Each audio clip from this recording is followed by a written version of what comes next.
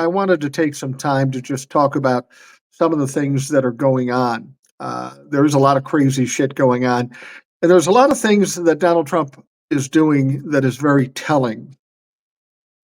Donald Trump, for all intents and purposes, is a malignant narcissist. He's a bully and he's an absolute coward. And there are certain ways to deal with people like that. It's always troubled me that the Republicans have yet to grasp that. They don't understand how to deal with Donald Trump. All they know is Donald Trump raises his voice, says something crazy, and they bend and scrape and they do whatever whatever he's saying to do. They're afraid of him. They are terrified of him.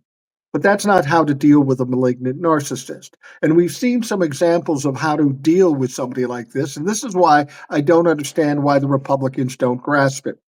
Let's go back to that press conference with President Zelensky. What happened there? Donald Trump was trying to push his will on Zelensky, trying to be the tough guy. Zelensky didn't move. Then Donald Trump raises his voice, and Zelensky still pushes back. And then Donald Trump becomes unhinged, looks like a fool, not only to this country, but to the entire world. And Zelensky held strong. That should have been a hint to a lot of people in the Republican Party. You push back against Donald Trump, he loses his shit. Now, if that's something you're afraid of, then you've got a problem. But that's what you want to do with Donald Trump. You want to break him. You want to cause him to be unhinged.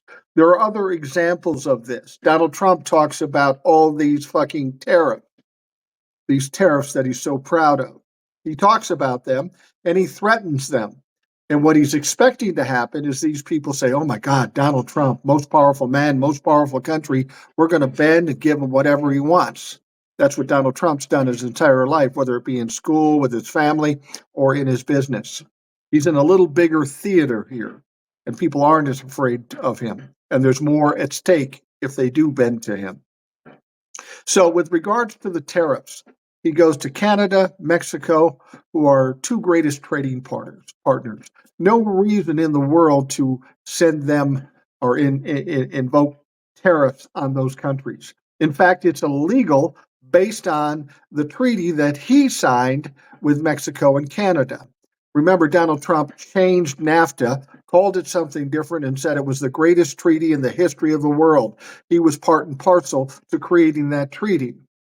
Then he decides to impose these tariffs, which were specifically excluded in the treaty that he wrote that he said was the best treaty ever. So he's in violation of his own treaty.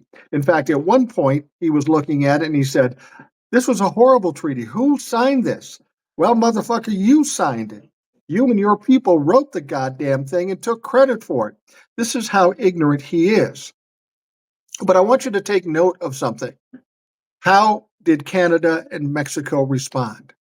Donald Trump thought he's most powerful man, most powerful country. He'll go demand some things in Mexico and Canada, and they'll just bend because that's what everybody does. That's what the Republican Party does. But they don't do that. They say, fuck you, Donnie. We're going to retaliate. And retaliate they are. But Donald Trump first talks about these tariffs. He gets down to the last day, the last minute of the last day, and what's he do? He says, we'll pause it for 30 days because I'm a good guy. That's what he says. He pulls it back for 30 days, and then come March 4th, he does impose these tariffs. Mexico, Canada, and China. He imposes them. But within a day after that, the stock market crashes. People are shitting themselves. The auto industry is calling Donald Trump on the phone. So what's he do? Well, okay. Tell you what, I'll put a pause on the tariffs with regards to the automotive industry. I don't know if the automotive industry put a little money under the table or put a little pressure on him. I'm not sure what happened there, but something certainly happened. And then earlier today, he says, I'm feeling like I'm a good guy today. And I like Scheinbaum of Mexico. I'm going to pause the tariffs on Mexico. See what he's doing? Anytime somebody doesn't buy into his threats, he backs off. Because if he pushes forward on these threats, he's going to fuck himself. He's going to fall off the cliff. At some point, Donald Trump will double down and double down. If you keep telling him it's a bad idea, he'll do it just to prove you wrong and then prove he's wrong. That's how dumb Donald Trump is. So he's backed off the tariffs, at least for 30 days in Mexico. But he's maintaining at this moment anyway, the tariffs in Canada and China, which poses some interesting problems, very interesting problems. Because it's not just the tariffs that are going to cause problems in this country, big problems in this country. It's the retaliatory tariffs or the general retaliation. I'll give you an example. Now, China has a 10% tariff, and China said, look, man, we're just not going to buy your soybeans anymore.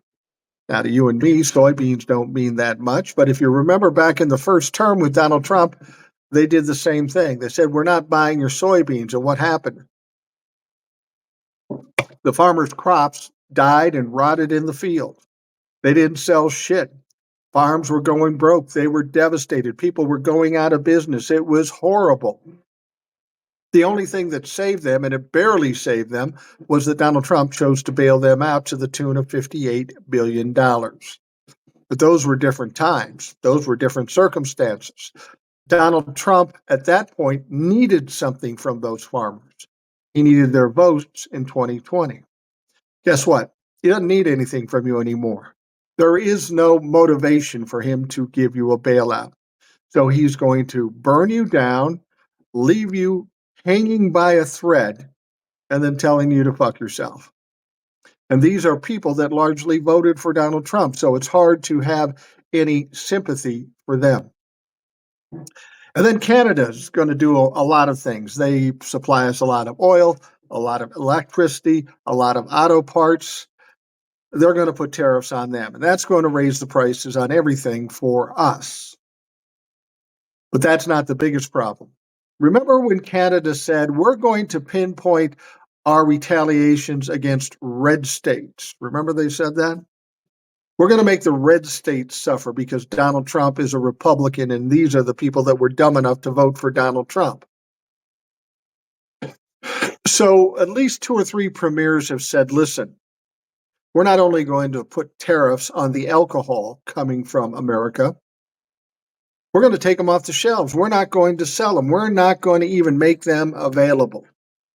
Now, where does that alcohol come from? It comes from a wide range of places all around the country, but there is lots of it coming out of red states like Kentucky and Tennessee, Jack Daniels, and that sort of thing.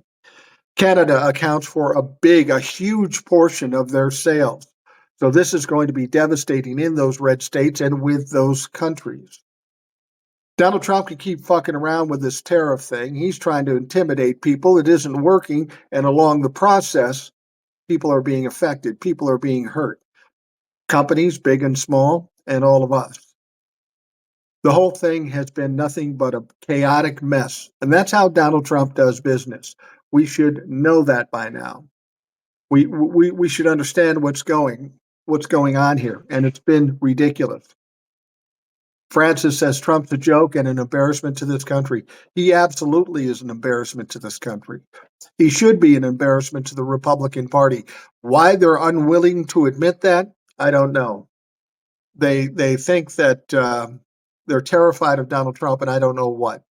I don't know why they're terrified. This guy is an absolute fuck up. Everything he does fails. Just take a look at what he's done in the last 5-6 weeks. Lucy says, do you think maybe he caused the stock market crash and allowed his buddies to buy up all the low stocks? Yeah, that's definitely a possibility. Do I think he could have gamed the system to make some money? Yeah, I wouldn't doubt that at all. And even with the automotive thing, giving them a 30-day reprieve on the tariffs could be a way of handing the auto markets some extra money. I mean, you think about this. Donald Trump says, I'm going to pause the auto industry's tariffs for 30 days. But come April, they're going back on. What does that do to people who need to buy cars? They're thinking to myself, well, I was going to buy a car in the next 6 months, but I better do it this month because next time it's going to be $4,000, $8,000, $10,000, $12,000 more. So I'm going to buy cars this month. That may be why the auto market wanted to do that. Yeah, I think there is plenty of games being played, and it's all about the grift, and it's all about Donald Trump and his buddies making money. That's the problem here. Paul Costa says 85% of Canadian potash goes to farmers in the USA. You're absolutely right about that. And they are terrified about this possibility or likelihood now because the tariffs are on in Canada. That potash is very important to farmers in this country. And it isn't bad enough that the farmers have been fucked by Donald Trump already. It's getting even worse. Donald Trump is not only putting tariffs on these farmers, but he's taken away business, the whole U.S. aid thing. Donald Trump doesn't like sending out foreign aid, but what he failed to understand was much of that foreign aid came back to us in purchase from our farmers. So farmers have deals, they have contracts that won't be fulfilled. They've already spent the money and they are fucked. As far as potash goes, you see people in Iowa, Grassley in Iowa, coming out and saying, well, Donnie, could you just carve out the potash thing? That's important to Iowans. Every Republican senator or member of Congress is trying to say, yeah, it's a good idea, Donnie. You're a brilliant man. But could you just cut out our little segment? Yeah, that's standard fare for the Republicans. But again, as I told you, Donald Trump has no motivation to bend over for anybody, do anybody any favors, because there's nothing to gain. Donald Trump is incredibly transactional. He wants something in return for anything he gives. Remember, in the first term, he was selling pardons for $2 million a pop. He wants to sell citizenship with a gold card for $5 million a pop. Where do you think that money's going to go? Is it going to go back into the general fund and come back to our pockets? No, it's going to go in Donald Trump's pockets, like it always does. I wanted to bring up a couple of other things, too. During the State of the Union speech, we know that Representative Al Green of Texas stood up and called Donald Trump out, saying that he had no mandate to cut Medicaid. They told him to sit down and shut up, as they do, the Republicans. He didn't. He stood up, pointed his cane, and said, Donald Trump has no mandate to cut Medicaid, which is a true statement. He did it a third time, and then Mike Johnson called the sergeant of arms to haul his ass out, and there are some punishments because of it. In fact, that punishment was laid down today in the House of Representatives. They voted to censure Al Green in the House of Representatives. And frankly, I don't know what that even does. I've seen other people censured, and it's basically a spanking on the wrist, and they send you away in shame. Well, I don't think Al Green is shamed by it. In fact, he said if he had to do over again, he'd do it just the same way. And I don't blame him. This is something all our members of Congress should be doing, standing up, speaking out. But here's the fucked up thing I don't understand. When they voted to censure Al Green, 10 Democrats voted for that. Really? 10 Democrats voted for that? I'm going to spend the day finding out who those 10 Democrats are. And then, as far as I'm concerned, they're a waste for the Democratic Party going forward. They should be primaried and they should be handled properly. See, here's the thing. This is the thing that bothers me about the Democrats. Okay, Al Green steps up, embarrasses Donald Trump, pisses off the Republicans. They censure him. Marjorie Taylor Greene, Lauren Boebert, any number of others yell out and call Biden a liar or Obama a liar or yell out all kinds of things. But do the Democrats try to get them censured? No. Because the Democrats want to take the high road. We want to be proper politicians. Well, I got news for you. The proper politician era is fucking over. We are in a street fight, and unless you're willing to fight on a street level, you're fucked. We're going to lose. Lucy says, what the hell? We need to know who they are. Yes, we do need to know who they are. And they'll have some reason why they did it. I don't fucking care. This is us against them. And if you side with them for anything, as far as I'm concerned, you're a traitor. Charlotte says, screw polite. Yeah. You know, it's funny when I do what I do on TikTok and YouTube and here on Substack, people will come to me and say, I can't believe that you resorted to name calling. We're better than that. I said, well, you might be better than that, but I'm not. I'm not going to be better than that. They've done that for 8 or 9 years. And I understand that the only way to beat people is to match their fucking energy, get in their face and tell them like it is. I will tell you this on TikTok and YouTube, well, TikTok particularly, there are a lot of people who do what I do and call out Donald Trump and call out the Republicans. And a lot of them get some serious threats, really serious threats. I never get those threats. And it's not because I'm some tough guy, it's because of my demeanor. And it goes back to what I said about Zelensky and Canada and Mexico.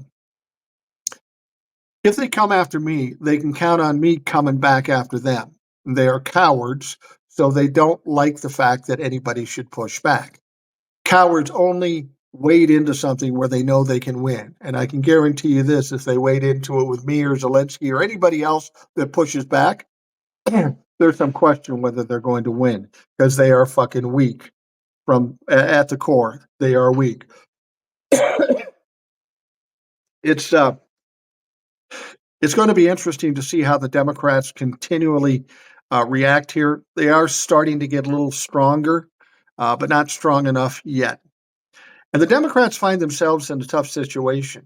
What they should be doing at this point is picking out a few candidates and promoting the shit out of them, getting them talking loud and proud like a Jasmine Crockett. Now, some people say Jasmine Crockett should be the Speaker of the House or the candidate for president in 2028. I don't know about the candidate for the presidency, but I will tell you this.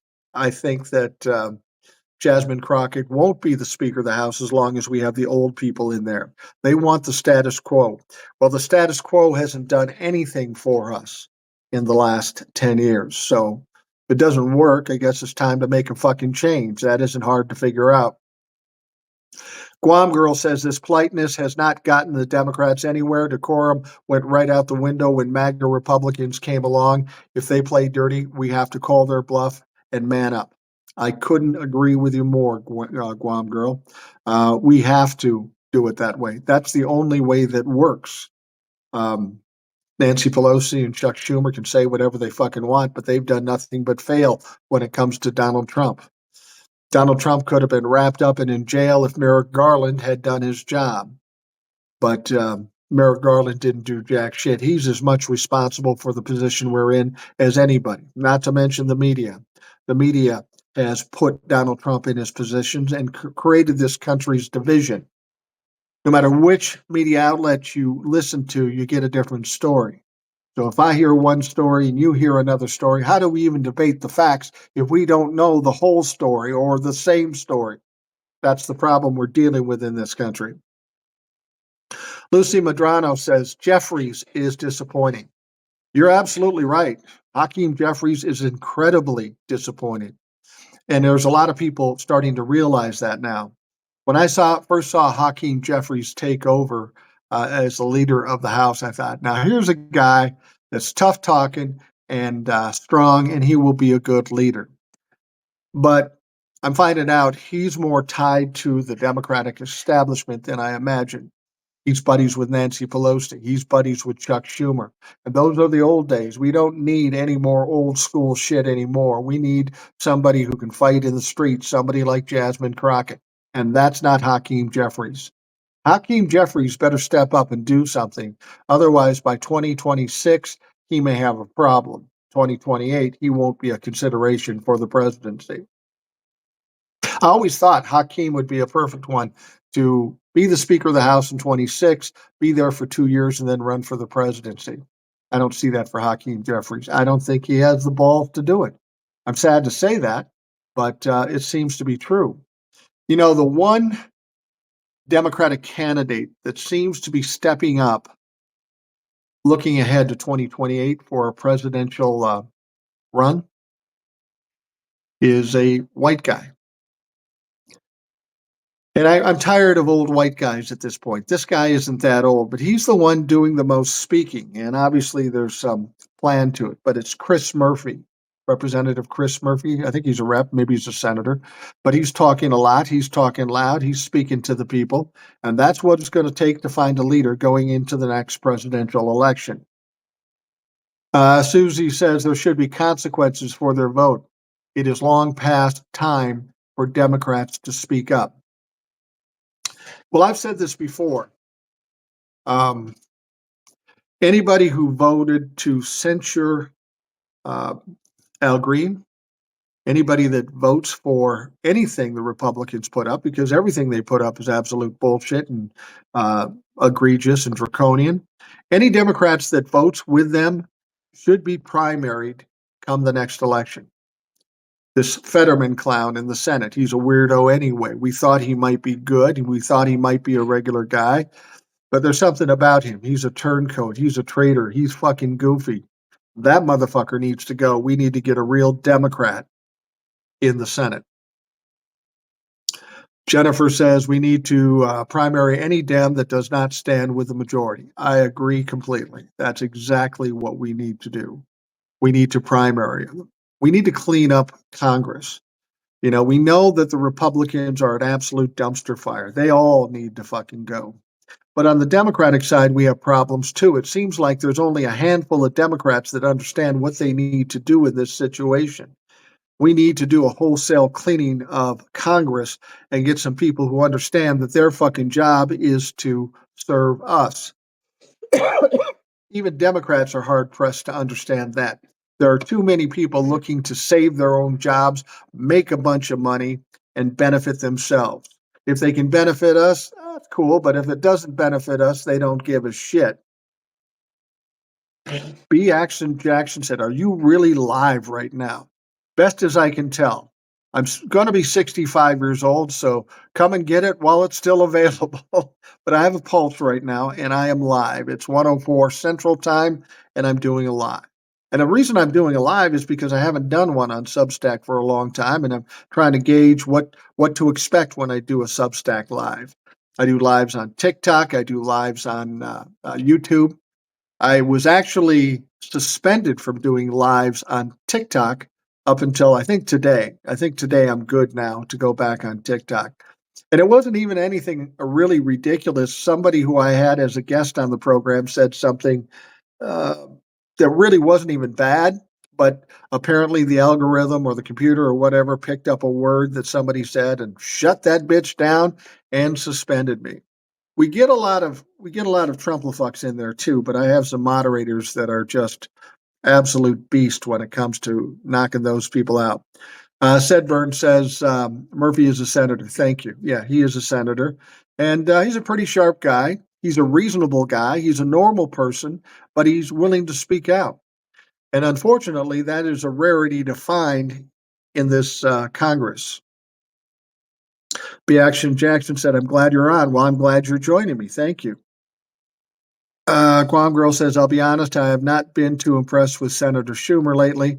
He's not looking as strong anymore. He's become a tad more submissive lately. I wonder what's up with him." Well, he's like a lot of the other fucks in Congress. He's old. He's 100 years old, or so it seems. Um, he's just too passive, too weak. This is a different world. This isn't the 1990s anymore. This is 2025. And you better be able to get out, get in the street, and get tough. Otherwise, you're going to get walked over. Rican Pride says we need Florida District 6 and 1 and New York 21. We do. If we could win those elections, it would be truly amazing. It would shut down pretty much anything. We wouldn't get anything done, but neither would the Republican Party. So we do need to get those districts turning blue. And if we do that, all three, then the Democrats will have the majority in the House, and Hakeem Jeffries will be the Speaker of the House. We do need that, but can that be done? That's the big question. Now, common sense would tell you that in Florida, for as big a shit show as that is, that they should be able to turn it blue.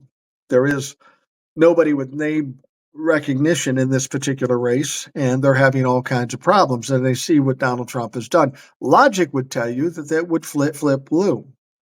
But here's what I found out since the election of November 5th. Unfortunately, logic and common sense have no place in politics anymore. We have Kamala Harris, who, for all logic and common sense, should have won that election and didn't. Problem we have in this country, the most disappointing thing we have in this country, we have an epidemic, and an epidemic of stupid. People who still follow Donald Trump regardless or just vote Republican because that's always how they voted. They don't think about the future of the country or the people in it or themselves for that matter. They just vote the way grandpa and grandma and great grandma did, and they don't know any more than that. They don't take the time to learn what's going on or that they might be harming themselves. So, as much as I'd like to see those Florida districts go blue, and I'm hoping I have my fingers crossed, and we need to do all the things we can do to make it happen, I'm not 100% confident that we can count on constituents in those districts. Um, Cosmo KJ, have always enjoyed your content on TikTok. Glad to find you here. Thank you, Cosmo. Yeah, I've been here for a little while and I'm really kind of enjoying it. It's a different kind of vibe, it's a different kind of culture, but it's a little freer and easier than what I find on TikTok. You got some constraints there and you got a lot of weirdos there. We don't have as many weirdos here on TikTok. Alana says the CR vote on the 14th will be important. Well, the continuing resolution, yeah, that's probably what will happen if anything happens at all. But that isn't what should happen. They should come out with a final budget and get the fucker done. I mean, these continuing resolutions aren't actually resolutions. They're just delays till you get to the resolution. And they haven't been able to come up with a resolution. This is going to be a big one. If they want to pass this big, beautiful bill, they're going to have all kinds of problems. And even if it passes in the House, it's probably not going to pass in the Senate. Um, and so people say, well, why wouldn't it pass in the Senate? Well, because the Senate has their own fucking bill. They voted for that. They voted for their own bill. So why would they bend to the House to do what the House is going to do? Especially when it becomes clear that they're cutting Medicaid and Medicare and whatever else. That is a no-win situation for anybody who votes for it. That is an attack on this country and the people in this country, and it's going to cause people to rise up. B. Action Jackson said, "Did you hear Malcolm Nance? Everyone on Substack should follow Malcolm Nance." Yeah, Malcolm Nance is a solid dude. I was very honored one time when he reposted one of my videos. It's a long time ago. Somebody pointed it out to me. But Malcolm Nance is a smart guy and he is a good person to follow. Flat Timer, be like Bernie. Yeah, we could be like Bernie. Everybody's putting a lot of hope into Bernie, but understand that Bernie's like 85 years old too. After 2026, he may not be around. Well, after his next term, he may not be around. He probably won't run for reelection. Guam Girl says, we lost another Democrat today. I think you're referring to somebody who passed away. Yes, I heard that. I don't know the specifics to it. Jennifer says, the problem we have in this country with our elections is Russia. It is with Russia, and it is those sycophants to Vladimir Putin, Donald Trump, J.D. Vance, the entire cabinet. Any Republican or Trump-la-fuck that follows Donald Trump, they're in bed with Vladimir Putin. And it's funny to me how the Republicans will always look back at Ronald Reagan and say he was their hero. Well, I'm old enough to have been around when Ronald Reagan was president. In fact, that was the first presidential election that I ever participated in. Now, keep in mind, I'm 20 years old. I got more testosterone than I do have intelligence. We're coming out of a bad 4 years with gas and all that stuff with Jimmy Carter. And I did vote for Ronald Reagan, and I have been ashamed to have admitted that ever since. But if they think Ronald Reagan would be happy with the Republican Party today, I think they're mistaken. I don't think they understand. Ronald Reagan and the Republicans of those times did not like the Russians, nor should they have. Russia is an adversarial country to us and virtually everybody else in the world. Russia is the main reason NATO was even formed. So now to have Donald Trump basically being complicit with Vladimir Putin, that is frightening. That puts us in a bad situation. We got people all around the world, countries all around the world saying, some of this intelligence stuff, we probably shouldn't give it to America because you'll just give it to Russia. And I think that's a fair concern. Donald Trump is isolating us away from the rest of the world, especially our allies. And that is a dangerous situation to believe. We are the biggest and richest country for sure, but we desperately need those allies. And Donald Trump is fucking that for us. Let's see. The other problem we have is a lot of misinformation. Yeah. One of the biggest culprits of why we are where we are is the mainstream media, because there is no journalism anymore. There once was back in the old days, when I was young. Walter Cronkite, Chet Huntley, Brinkley, Dan Rather. Those people were telling news.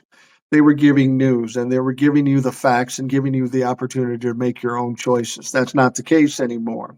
You go to Fox, you hear one story, you go to MSNBC, you hear another story, and neither one of them are fully accurate or fully complete as far as the information you need. The media in this country is is very responsible for where we are today. And people say, how are we going to fix it? Well, we can't fix mainstream media. We got wealthy people running it, and all they care about is making money, so they'll do whatever they want. The best thing we can do is the one thing that's starting to trend right now. People are walking away from mainstream media. They're not watching it anymore, and they are losing tons of money. But where are they going? Well, fortunately, they're coming here. They're coming to the internet. They're going to places like Midas Touch. We've got all these former moderators that are now on Substack and other social media platforms. Don Lemon, Jim Acosta, some of these other folks. And I will predict that you'll get bigger and bigger audiences on social media than even what you're getting on the mainstream media. That's the way we fix it. We can't count on Congress. We can't count on the media themselves to police themselves. So we have to do it the only way we can. Um, Starve them out, starve them of their money. Alana says, I have no expectation for more than a CR. Yeah, absolutely. It's going to be a CR. That's the only way it's going to go. I mean, if we had trouble getting a final budget with Biden in office and and Democrats running the Senate, we're not going to get anywhere on this one either. They are calling for us to leave NATO. People are sounding alarms. We have to stop this madness. We do have to stop this madness. I've said this before. This country needs a hero or a set of heroes. I mean, people like you and I can only do what we can do. Come here, get loud, speak out, and push somebody. But somebody with some power and control has to push back. It would be nice if it was a Republican, but I'm not expecting that. B. Action Jackson says Malcolm Nance is sounding the alarm. Russia is our real adversary presently, and DJT is friends with him. Nance says Russia is our government now. I don't know if I'd go that far, but I understand what he's saying, and it's certainly worrisome at this point. Bertie is older, but definitely doing his part and does not quit. Yeah, you're absolutely right. He is old. He's past his expiration date, but the guy's still out there pounding and doing what he can. The thing about Bernie is you can talk about him any way you want about as a politician, but he fucking cares. And that's a rarity in Congress these days. Um, and that's what we need. We need people out there fighting. We need people like AOC and Jasmine Crockett and Jamie Raskin and Chris Murphy and those people. And we need the old people in Congress to stop trying to hold them back because they're not part of their little clique. Those old people in Congress are almost as much worry as Donald Trump himself. Because if they don't allow us to fight back, then Donald Trump will just roll over the top of us. And there's nobody I know that's willing to let that happen. It's got to be fucking stopped. B. Action Jackson says Russia has infiltrated our government. Yeah, I think this has been ongoing for a long time. We know they've been meddling in elections since at least 2016, but probably well before that. Jennifer says, I still believe the majority of Americans are clueless because the mainstream media shit needs to happen for all people to feel it, for action to happen. At least we hope. Yeah, I'm sorry to say that you're probably right, Jennifer. I would hope for better for this country. I said once Donald Trump got elected, I said, I'm afraid that all we can do is wait for it to burn down. There are going to be people in red states, people who voted for Donald Trump, that are going to be harmed, that are going to suffer mightily. And I'll be honest with you, there will be no sympathy from me. I'll take great joy in seeing people who voted for Donald Trump struggling. Now, it's not because that I have any great joy of watching people struggle. I don't. But what I do appreciate is that apparently that's what it's going to take for people to understand and learn what's fucking going on. They have to get hurt. They have to get spanked somehow before they realize it. And I want them to realize it as quickly as possible. That's why I really wanted these tariffs to happen in full right now. Let things crash, let things burn so that we can get back on track quicker. The more he fucks around with it and delays this and delays that, he just gets through his term without it suffering any consequences. Apparently, we need to suffer consequences before Donald Trump suffers consequences. So let's get that motherfucker done. Um, Senator Elizabeth Warren has been quite wonderful lately, like Bertie. So I'm quite pleased with her. Yeah, she's another one, you know. She's a good politician, and she gives a shit about this country and the people in it. That's a rarity to find these days. So, I mean, the only thing we can do is continue doing what we're doing, speaking loud, calling our reps, protesting. And I think we're starting to see that now. You don't always hear it reported in the mainstream media because they have no skin in the game. They're trying to just keep the shit show going because that's good TV and that's how they make money. Um, but there's a lot of protests going on. There's a lot of people in the streets. It's perfectly tame. It's not violent. Um, it was funny. Jamie Raskin was talking to, who was it? Some other rep in the House, a Republican rep, and this rep was probably was it Gosar? I don't know who it was. It doesn't matter. They're all dumb fucks, so it doesn't really matter. But this one was kind of mocking Democrats because of their little popsicle sticks and their signs and their protest and how childish it was and all of that.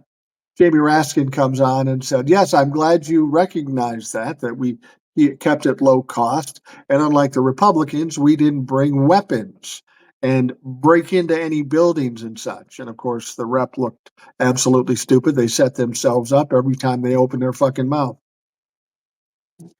Mike Johnson says protesters in town halls are paid. That is just fucking pathetic. That's absolutely pathetic. That's what Republicans do. They gaslight and hope to God they can convince people they're telling the truth. I think by now most people understand they aren't telling the truth, but Republicans are going out to town halls and they're getting berated and devastated by their own constituents, their own Republican constituents. And Mike Johnson and others can say, well, it's just Democratic disruptors. Well, Democrats don't do that. Republicans do. And these aren't disruptors. I think it would be hard pressed to find a Democrat in any of these meetings. That's not how we do business. I know I had a representative in this state, a guy who's an absolute Trump humping piece of shit, dipshit. His name is Tom Emmer. You remember Tom Emmer? Tom Emmer was one of the second choices for Speaker of the House, and he couldn't get enough votes to even be put up. Well, Tom Emmer had a town hall in the northwestern suburbs into central Minnesota. That's his district, in just outside the Twin Cities. He had a big town hall. Motherfucking pussy ass bitch didn't even show up. That's who we're dealing with. Jennifer says the Dems issue is they are siloed. They are not united front. They need a leader that knows how to go on the offensive. You're absolutely right. And the Democrat, I've always said the Republicans have a problem when they're so divided, but so are the Democrats. You've got the progressive left. You've got some of the people that might be complicit with big money, and then you got the people in the middle. We don't have a party that is unified. You would hope that would be the case. You would expect that the Democrats would have that going, but you're absolutely right. We don't. We need a strong leader. As I said, we need a hero who speaks out that everybody can get behind. Even if the politicians don't get behind him, or her, the people of this country need to get behind them. Because as I've said before, we don't have a lot of weapons like the DOJ or Congress might have, but we have one weapon that is most important. That is our voices, and that is the court of public opinion. We start raising a stink, things change. We've already seen it with Donald Trump. Lucy says Republicans have been told to stop the town hall meetings. Yes, they have. Isn't that ironic? People who are elected to represent the people of their community, they're now being told, don't go talk to the people of your community. I hope you Republicans take good note of that and understand who they are and what they're doing and what they're not doing for you. It's absolutely ridiculous. It's pitiful. It's pathetic. And that's who the Republican Party is at that point. The only difference between the Republican Party and the Democratic Party, they both have pathetic sides to them. At least the Democratic Party is not trying to tear down the country and overturn democracy. The Republicans are, in fact, doing that. So, Babita Sim says, I'm glad I found you on here. Well, I'm glad you found me, and I'm glad that I see you too, Babita. I appreciate it. Democrats have only a handful of real deal opposition party. It's disgusting that Jeffries still holds to his even-tempered decorum plan. Yeah, well, Jeffries is controlled by the establishment Democrats, the Pelosi's, the Schumers and such. He's got to break away from them. If he has any hopes for his future, he's got to get in the fight or get the fuck out of the way. And I'm sorry to say that because I did like Jeffries at first, but I've been woefully disappointed by Jeffries' behavior. Well, we're coming up to about that time. I'm going to wrap things up here. I just want to remind folks, you'll always see the short form videos here. They show up on TikTok and YouTube. We have a Rational Boomer podcast that we do every night. So every day there's a new podcast. There's one today that's running. It's just me with emails and some other things. We talk about all that's going on. Tomorrow we'll have a guest, Jace from Texas. That's always an interesting conversation. We always have conversations with listeners on the podcast. And I will tell you this, the only people I have on the podcast as guests are listeners of the show. I don't want people selling other fucking podcasts or books or anything. I get those people calling me all the time. I'm not interested in them. I'm interested in what you have to say, because we are the people that are going to save this situation ultimately, not somebody selling a book or another fucking podcast. So I want you to check out the Rational Boomer podcast. You don't have to do it every day, but we're there every day. You can go to YouTube where you will find the Rational Boomer podcast every day, the video version. And the audio version is on Spotify. Just go there, either place, and put in Rational Boomer podcast. You will find it. One other thing I do too, if you don't have the time to see all the TikToks or the short form videos on Spotify about mid-afternoon or so, I take all the TikToks, I butt them together in an audio format, and I put them on Spotify. So you can get that short form thing. It's about 15 minutes max. And then you can get all the TikToks run back to back, and it's easy to quickly listen to it. So I hope you will check out those things. Ron says, thank you for your fuck around and fuck off, or fuck around and find out attitude. All right, we could go that way too. Fuck around and fuck off. We could do that too. Well, I think when you hear me talk the way I talk, you have to understand it's authentic. This is just me. If you talk to me on the street or at dinner or something, it would be the same thing. I'm not putting on a show here. And I think one of the things that I found out in talking the way I talk is that it confuses Republicans. They're used to Democrats being nicey nice and giving in and trying to take the high road and being appropriate. Well, unfortunately, when they talk to me, they find out that ain't me. I'm going to fight as dirty and as loud and obnoxious as they are.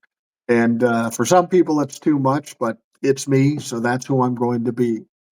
So anyway, I want to thank you for taking the time and visiting here on Substack. I haven't done many lives on Substack, but I'm going to do more. And I appreciate you showing up and asking questions and being part of the conversation. So you have a great day, and we will talk to you again real soon.